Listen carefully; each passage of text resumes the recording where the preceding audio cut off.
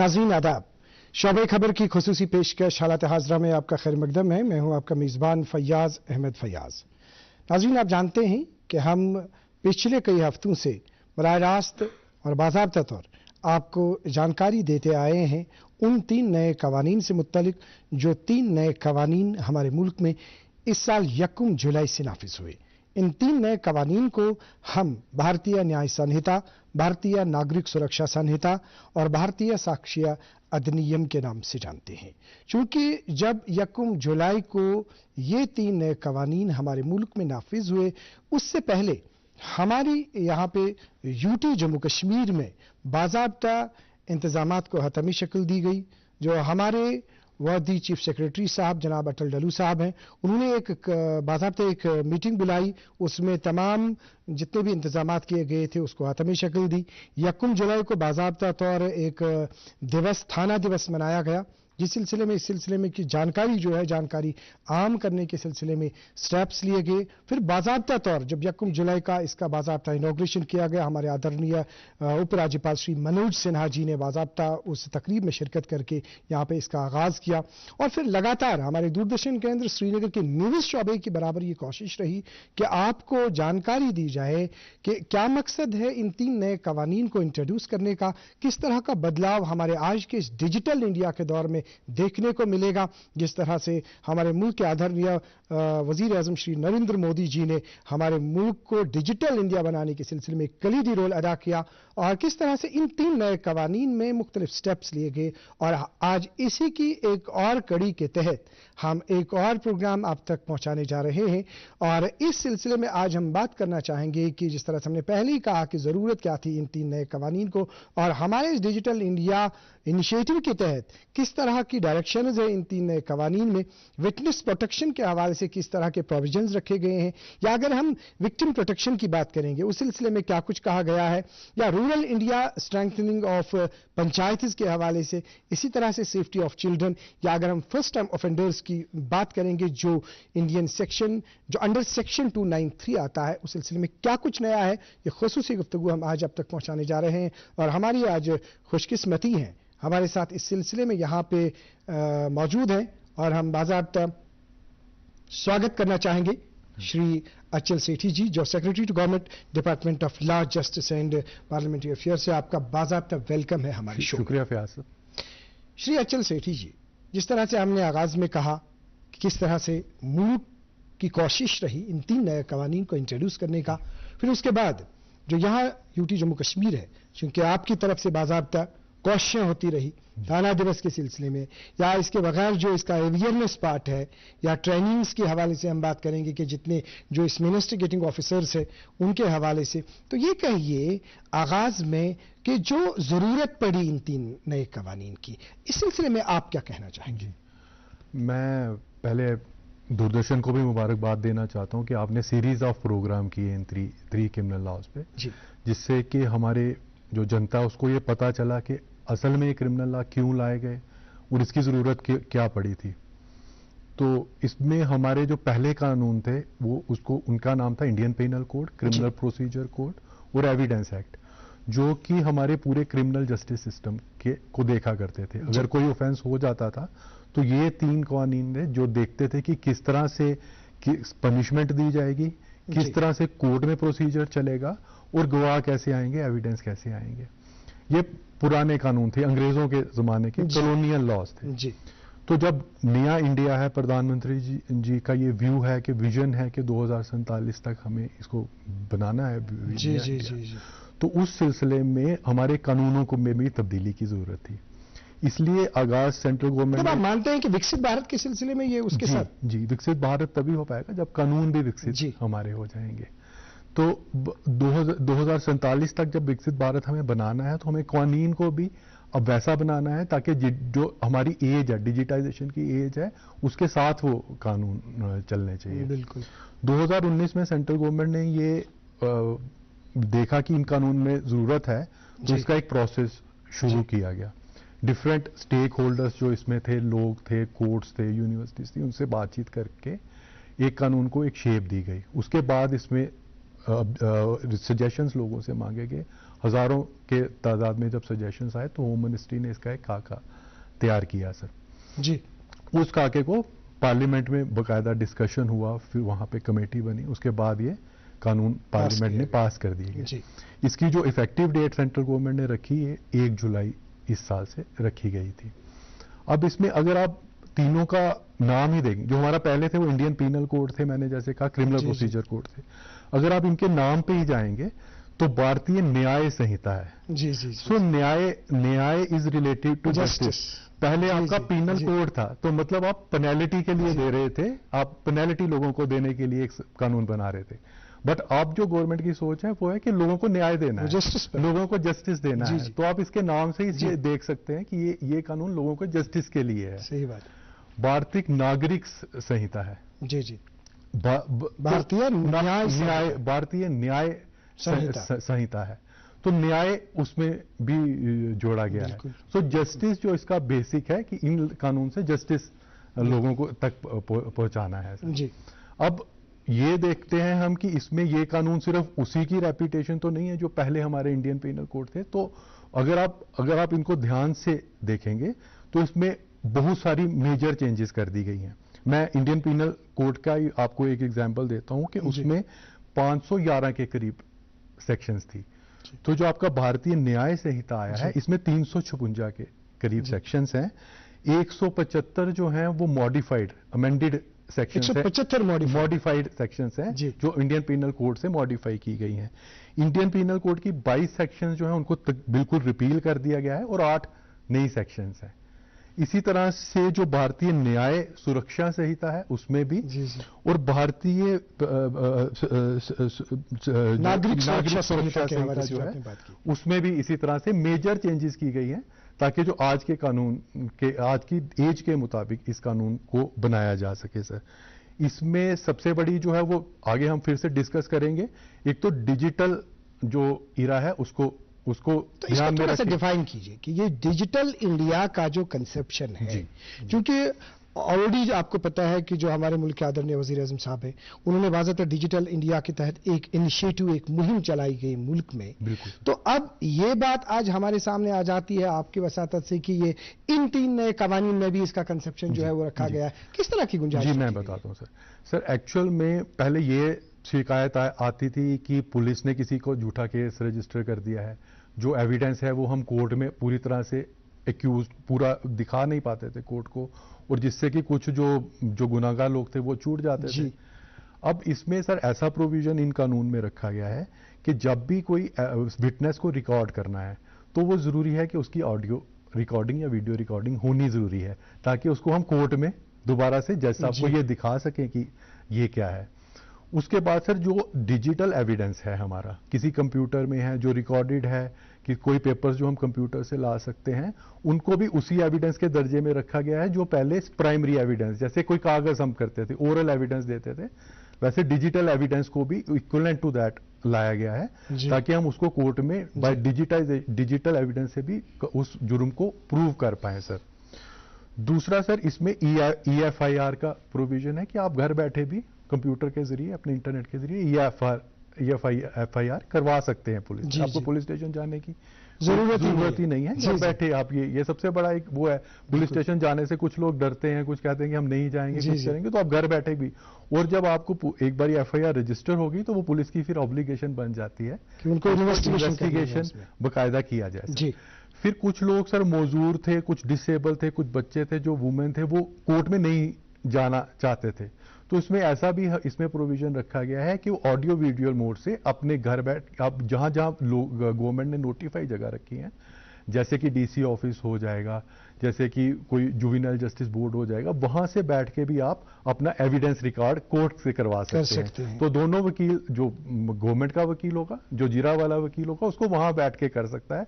आमने सामने जाने की कोर्ट जरूरत भी नहीं है सर। इसी तरह से बहुत सारे प्रोविजंस हैं सर, उसको हम डिटेल में बता सकते हैं, जहां के कोर्ट की प्रोसीडिंग्स को इन्वेस्टिगेशन को डिजिटाइज किया गया है। कोर्ट की जो प्रोसीडिंग्स होगी उनमें डिजिटल रेवोल्यूशन लाई गई है, और इन सारी चीजों को कानूनी तौर पे ऐसा रखा गया है कि ये एडमिसिबल होगा। जैसे इन्वेस्टिगेशन के दौरान जो वीडियो रिकॉर्डिंग है, बाकी चीजें हैं, वो भी इसी चीज में आ जाती हैं? वो इसी चीज में आएगा सर। उसके लिए एक ऐप गवर्नमेंट ऑफ इंडिया ने बनाई है, जिसमें कि इन्वेस्टिगेटिंग ऑफिसर्स जो हैं वो सारा रिकॉर्ड करेंगे, और वो रिकॉर्ड करके वो एडमिसिबल होगा इन द कोर्ट कल को दिखाने के लिए कि ये एविडेंस, आप किसी चीज को सीज करते हैं, किसी कॉन्ट्राबैंड को सीज करते हैं, उसका वीडियो बनाएंगे, वो कोर्ट को आप दिखा सकते हैं। कई लोग इसी बात पे छूट जाते थे कि ये प्रॉपर प्रोसीजर नहीं इन्वेस्टिगेशन के दौरान किया गया है। तो उन वीडियो, उन ऑडियो, उन चीजों की मदद से, डिजिटाइजेशन की मदद से हम कोर्ट को ये प्रूव कर पाएंगे कि ये ऑफेंस हुआ था, यहां हमने प्रॉपर्टी को सीज किया और इन एविडेंस को यूज कर सकते हैं। अचल सेठी जी, अगर हम बात कर लेंगे अभी इसमें जो वक्त की पाबंदी है जी, उस सिलसिले में किस तरह की गाइडलाइन? देखिए सर, पहले ऐसा कहा जाता था कि कोर्ट में जब एक बारी केस शुरू हो गया तो वो कभी खत्म होने का नाम ही नहीं लेता था सर जी। तारीख पे तारीख कहते थे कि मिलती है कोर्ट्स में, बट इसमें इन्होंने इसको टाइम बाउंड बनाया गया है।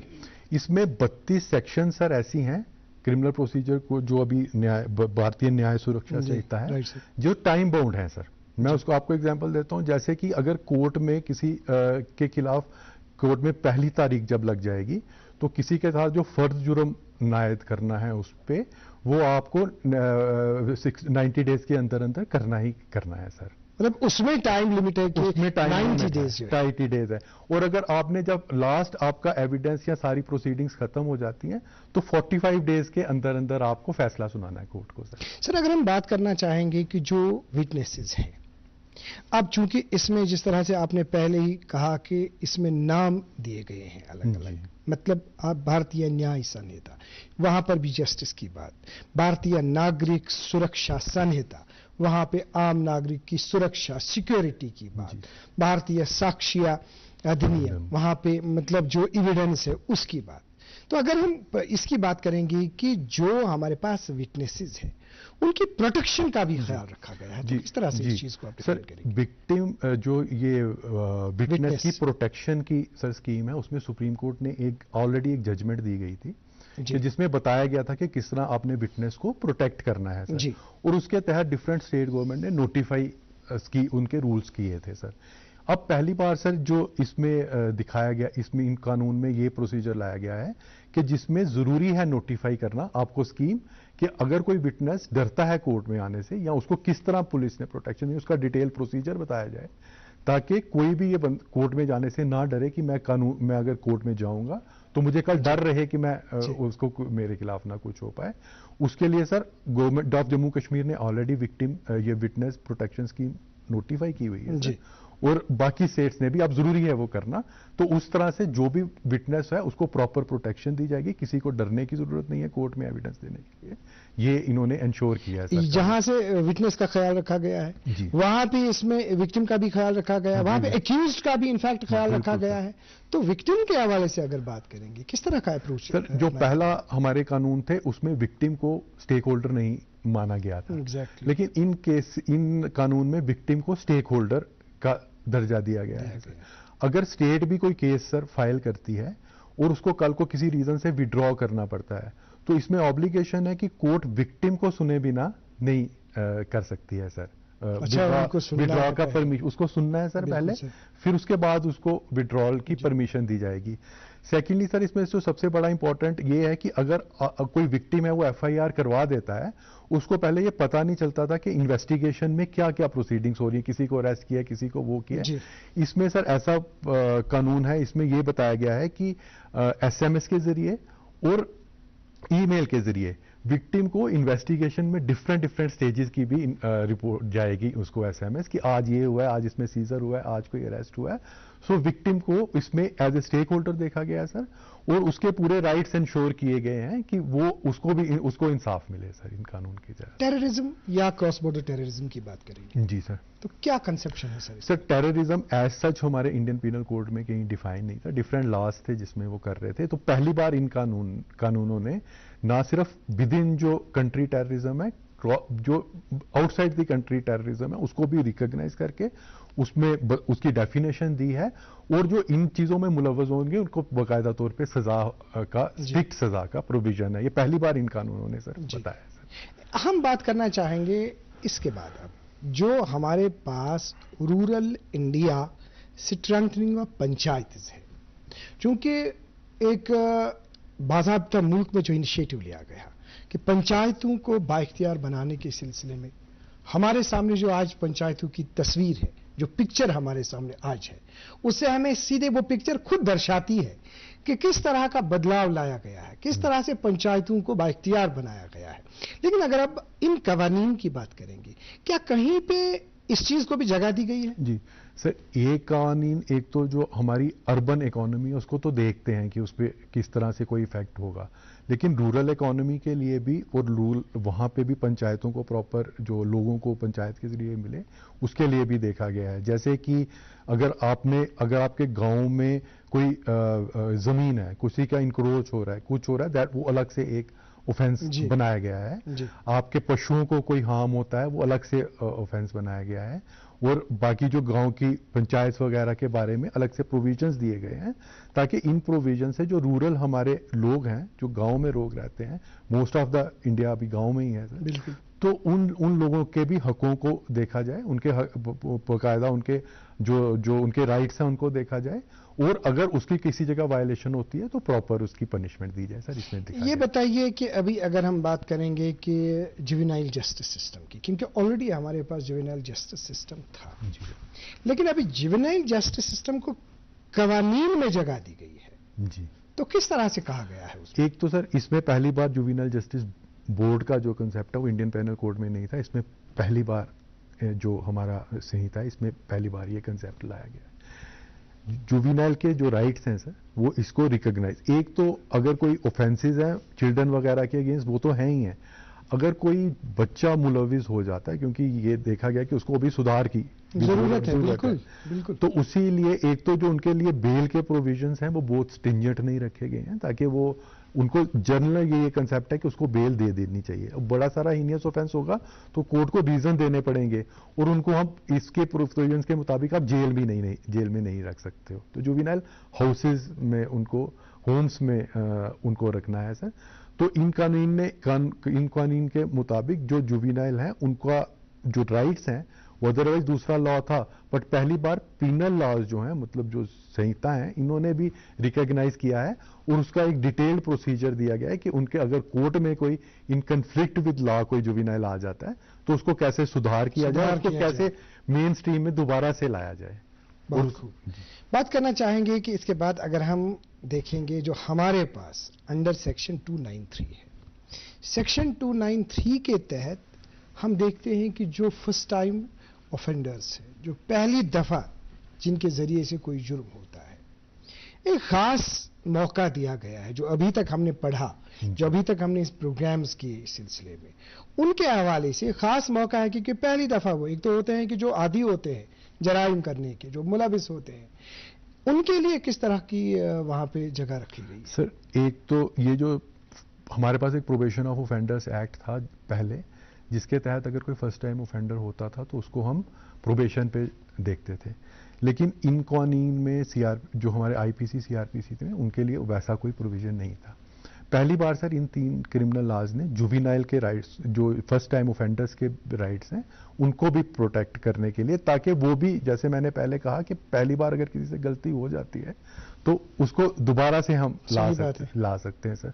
उनके लिए एक तो ये है कि प्रोबेशन का है कि उनको वो छोड़ पाएंगे, अगर छोटा ऑफेंस बड़ा हीनियस ना हुआ सर तो हम उसको छोड़ेंगे, उसको देखेंगे उसका कंडक्ट क्या रहता है सोसाइटी में, तो अगर उसका कंडक्ट ठीक रहता है तो कुछ टाइम के बाद उसको उन जुर्म से निकाला भी जाता, प्रोबेशन पे उसको बोलते हैं। मतलब मकसद ये है कि जिससे वो जुर्म हो सकता है उसको, उसने दानिस्ता या गैर दानिस्ता, तो हम कहेंगे कि किसी को वैश्वन भी कोई प्रॉब्लम हो जाती है तो उसको वापस जो है अपनी मतलब मेन स्ट्रीम में उसको लाया, उसको एक मौका फराहम किया। बिल्कुल सर। तो अगर बात करेंगे सर मॉब लिंचिंग के हवाले से, मॉब लिंचिंग भी पहले सर ऑफेंस डिफाइंड नहीं था जी, पहले जो नहीं था। आज के टाइम में सर इस कानून में अगर 5 या 5 से ज्यादा बंदे किसी कास्ट, रिलीजन, सेक्स के बेसिस पे किसी की हत्या कर देते हैं तो उसको प्रॉपर डिफाइन किया गया है सर, ताकि जो इन कामों में मुलविस होते हैं लोग, उनको प्रॉपरली सजा दी जाए, और एक बाकायदा कानून जो है उसके एक पर्टिकुलर सेक्शंस जो हैं वो दी गई है सर, इसके लिए एक चैप्टर दिया गया ताकि वो उस जो उनको प्रॉपर पनिशमेंट दी जा सके और सोसाइटी से ये मीनेस जो खत्म हो सके। जिस तरह से आपने कहा कि जो इन्वेस्टिगेशन है, अब इन्वेस्टिगेटिंग ऑफिसर के लिए बाज़ाब्ता टाइम पीरियड रखा गया है, लिमिट रखा गया है कि कब तक उसको अपनी इन्वेस्टिगेशन कंप्लीट करनी है, कितने दिनों के अंदर अंदर चालान को पेश होना है। तो ये बताइए कि अभी फिर इस दौरान क्या देखा जाता है कि पुलिस कस्टडी में कुछ लोग रहते हैं। अब पुलिस कस्टडी में बहुत सारी जगहों पे बहुत सारे वाकयात भी दरपेश आया करते हैं जो हमने पास्ट में देखा। जो अभी अगर हम इन 3 कवानीन के हवाले से क्या उसका जिक्र किया गया है? जनरली ऐसा कुछ इंप्रेशन देने की कहा गया है कि इन कानून से पुलिस को रिमांड के दौरान कुछ ज्यादा हक दिए गए हैं। ऐसा अगर आप ध्यान से उसको पढ़ा जाएगा तो ऐसा कोई भी नया राइट पुलिस को नहीं है। 15 दिन के अंदर 24 घंटे के अंदर अंदर सर हर एक्यूज को मैजिस्ट्रेट के पास पेश करना है और 15 दिन के पहले 15 दिन में भी उसको राइट है कि अगर उसको बेल मिल रही है तो मिल सकती है सर। अब जो 15 आगे 90 दिन तक है, पहले ये था कि आप 15-15 दिन की रिमांड ले सकते हैं। अब पुलिस सिर्फ उसको पार्ट्स में भी रिमांड ले सकती है कि जुडिशियल कस्टडी में भी रख सकती है और अगर जरूरत हो तो पुलिस कस्टडी में भी ले सकती है। तो ये एक्यूज के जो राइट पहले थे वैसे ही हैं और इनफैक्ट ज्यादा राइट दिए गए हैं कि मैजिस्ट्रेट की परमिशन के बिना पुलिस को कुछ नहीं कर सकते हैं। तो ये मिथ है सर, इसमें कोई भी राइट जो है एक्यूज का खत्म नहीं होता है नए क्रिमिनल लॉ से। बात करना चाहेंगे हम जो ट्रायल जस्टिस सिस्टम है, क्या उसमें कोई रिफॉर्मेशन कुछ ऐसा कुछ उसको रिफॉर्म किया गया? किसको? जो trial justice system, under trial justice. हाँ, जैसे मैंने सर आपको पहले ही कहा कि एक तो ट्रायल को जो है हमने टाइम बाउंड इसमें बना दिया गया कि अगर कोई एक्यूज्ड आता है उसको विद इन टाइम आपको चार्ज फ्रेम करना है, with in time sir evidence लेना है, विद इन टाइम आपको, पहले जजमेंट का कोई टाइम नहीं था सर, अब जजमेंट को भी सर विद इन टाइम आपको देना जिससे खत्म हो जाएगा। तो ये एक तो डिजिटाइजेशन लाने से ट्रायल में और इसको टाइम बाउंड बनाने से जो लोगों को ये रहता था कि ये जो हमारे केसेस हैं सालों साल चलते रहते ऐसे रहेंगे, ऐसे ही रहेंगे और अगर कोई इनोसेंट बंदा भी किसी क्रिमिनल केस में आता था उसको भी बेचारे को ये अपनी इनोसेंस प्रूव करने के लिए सालों साल लग जाते थे।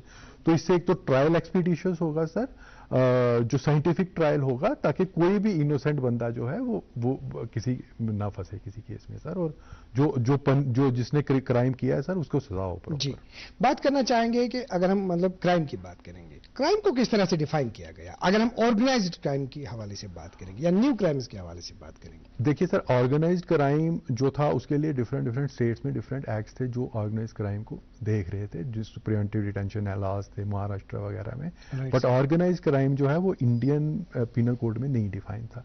पहली बार सर इन्होंने जो हमारी पार्लियामेंट है उन्होंने इन कानून के मुताबिक ऑर्गेनाइज्ड क्राइम को भी डिफाइन किया है कि कुछ लोग मिलके सर क्राइम कर रहे हैं, स्मगलिंग कर रहे हैं, पेपर लीक का आप सुनते हैं, वैसा कर रहे हैं। भी हमने एक सीरीज की प्रोग्राम के हवाले से बिल्कुल जी, चेन स्नैचिंग कर रहे हैं सर। ये डिफरेंट ये पहले डिफाइन नहीं था ऑर्गेनाइज्ड क्राइम के लिए। अच्छा, अब इसमें लाया गया, अब इसमें पहली बार सर ऑर्गेनाइज्ड क्राइम को भी डिफाइन किया गया और उसकी क्या पनिशमेंट सेवियर होगी वो भी डिफाइन किया गया है ताकि ऐसे क्राइम को भी रोकने में हमें मदद मिले सर। बात करना चाहेंगे हम इसके बाद, अगर हम मतलब हमारे पास जिस तरह से आपने बच्चों की बात की, अब हम खवातीन के हवाले से बात करना चाहेंगे या हम जो एल्डरली हमारे मतलब सिटीजन्स हैं उनके हवाले से, क्या उनका कहीं जिक्र किया गया है? देखिए सर, वुमेन रिलेटेड जो है वो तो अलग से चैप्टर है पूरा जहां वुमेन रिलेटेड सर ऑफेंसेस दिखाए गए हैं कि किन और उनकी सवियर पनिशमेंट भी दिखाई गई है। अगर कोई माइनर है, माइनर के साथ करता है, कोई रेप का इंसिडेंट हो जाता है किसी उस तरह के जितने भी हैं उसकी maximum severe punishment sir up to death भी दिखाई गई। पहली सख्त कानून है सर अगर वुमेन से रिलेटेड कोई ऑफेंस होता है सर। सेकेंडली सर, वुमेन के जो अपने राइट्स हमें दिए गए थे, डिफरेंट निर्भया केस आया वो आया, वो सारे प्रोविजंस जो सुप्रीम कोर्ट की जजमेंट के मुताबिक उन्होंने कहा गया है वो सारे हमारे इन प्रोसीजर्स में दिखाए गए हैं। और मैंने पहले ही आपको कहा कि जो विक्टिम का जो भी है, इसमें एक पर्टिकुलर सेक्शन है सर, उसमें अगर कोई वुमेन के साथ कोई ऑफेंस हो जाता है और कोई पब्लिक सर्वेंट उसको रिपोर्ट नहीं करता है तो that is also a punishable, उसको भी सजा है। कि अगर कोई वुमेन आती है और वो कहती है कि मेरे साथ ये ऑफेंस हुआ है, किसी पब्लिक सर्वेंट को कहती है और उस पर एक्शन नहीं होती है तो उसमें भी इसको एक ऑफेंस बनाया गया, सजा बनाई गई है ताकि ऐसे ऑफेंसेस को रिपोर्ट होने पे प्रॉपरली सर उसकी इन्वेस्टिगेशन हो और उसको किया जाए। जैसे मैंने आपको कहा सर, एज ए विक्टिम जब वुमेन को पहले पता नहीं चलता था मेरे केसेस का, अब हर स्टेज पे उसको ये बताया जाएगा कि ये आपके केस में ये प्रोसीजर है, इससे क्यों उसको पकड़ा गया, ये साइंटिफिक एविडेंस लाएगा, ये उसको सारी इंफॉर्मेशन देगी ताकि उसको अपने केस का भी पता चले। और जब स्पीडी ट्रायल होगा सर, जैसे हम पहले ही जिक्र कर चुके हैं, तो जो इंसाफ वुमेन को मिलना है सर वो उनको बाकायदा मिलेगा। श्री अचल सेठी जी, बहुत सारे सवालात हैं क्योंकि सभी इसमें अब पे बात नहीं हो पाएगी, लेकिन जो ही इन 3 कवानीन का यहाँ पे इतलाक हुआ, पहले ये हमने देखा कि आपकी तरफ से एक ऑर्डर आया, वो ऑर्डर था वो फॉरेंसिक वो के हवाले से। अगर वो फॉरेंसिक टेक्निक्स, क्योंकि हमारे पास 1 मिनट का वक्त है अब, तो किस तरह की से आप ये फॉरेंसिक टेक्निक्स को किस तरह से आप सर देखिए, इसमें ये मैंडेटरी है कि जो 7 साल से ऊपर की जो ऑफेंसेस हैं उनमें जब इन्वेस्टिगेशन होगी तो फॉरेंसिक एक्सपर्ट का जाना वहाँ पे जरूरी है सर जी। तो हमारी गवर्नमेंट ने सर उसमें ये पहल की, हमने फोरेंसिक साइंस लेबोरेटरी को स्ट्रेंथन किया सर, उनको जो स्टाफ जितना चाहिए था वो प्रोवाइड गवर्नमेंट ने किया है, और मोबाइल फोरेंसिक वैन सर हर डिस्ट्रिक्ट में ला रहे हैं ताकि जिससे कि वहीं पे एविडेंस कलेक्ट हो जाए, वो एविडेंस डिस्ट्रॉय ना हो और एज पर प्रोसीजर वो हम कोर्ट में उसी तरह पेश कर सके, और कोई भी जिसने जुर्म किया है वो ऑन द बेसिस के कोई एविडेंस डिस्ट्रॉय होने से कल उसका कोई फायदा ना ले पाए सर। तो हमने वो फोरेंसिक का इस टाइम पूरी स्ट्रेंथन्ड है यूटी कि हम इन कवानीन को, मैं आपके हवाले से ये भी बता देता हूं कि हमने पहले से ही इसमें शुरू किया था ये इन कवानीन को करने से, चाहे वो ट्रेनिंग के माध्यम से हो, चाहे वो मैन पावर के माध्यम से हो, चाहे वो किसी इंस्ट्रूमेंट्स को लेने के माध्यम से हो, चाहे फोरेंसिक साइंस को करने से। तो हमारी यूटी जो है सर इस टाइम पूरी स्ट्रेंथन है, हम इन लॉज को पूरा कर रहे हैं फॉलो, और हमें कोई मुश्किल आएगी। मुख्तसर एक लाइन में लोगों को किस तरह का मैसेज होगा आपका लास्ट पे? लोगों को मेरा मैसेज है सर कि इन कवानीन से आपको इंसाफ मिलेगा, लोगों को सामने आना चाहिए, किसी ऑफेंस को अगर किसी जगह हुआ है हमें प्रॉपर रिपोर्ट करनी चाहिए, और ऑन बिहाफ ऑफ गवर्नमेंट हम इंश्योर करते हैं कि उनकी प्रॉपर इन्वेस्टिगेशन की जाएगी, नए कानून के मुताबिक उसकी पूरी यहाँ इम्प्लीमेंटेशन होगी, और जिस नीयत से ये पार्लियामेंट ने कानून बनाए गए हैं वो नीयत हम पूरी यहाँ पे इम्प्लीमेंट करके देंगे सर। श्री अचल सेठी जी, आपने दूरदर्शन केंद्र श्रीनगर को अपना कीमती वक्त दे दिया, आपका बहुत बहुत शुक्रिया। बहुत बहुत प्रयास। नाज़रीन मोहतरम, आपका भी बहुत बहुत शुक्रिया, आपने हमें आधे घंटे से देखा सुना, आपको पता चला कि क्या मकसद था इन 3 नए कवानीन को नाफिजुल अमल करने का। आज के प्रोग्राम में इतना ही, अगले शुमारे में फिर आपसे मुलाकात होगी, जब तक के लिए अल्लाह हाफ़िज़ नासिर।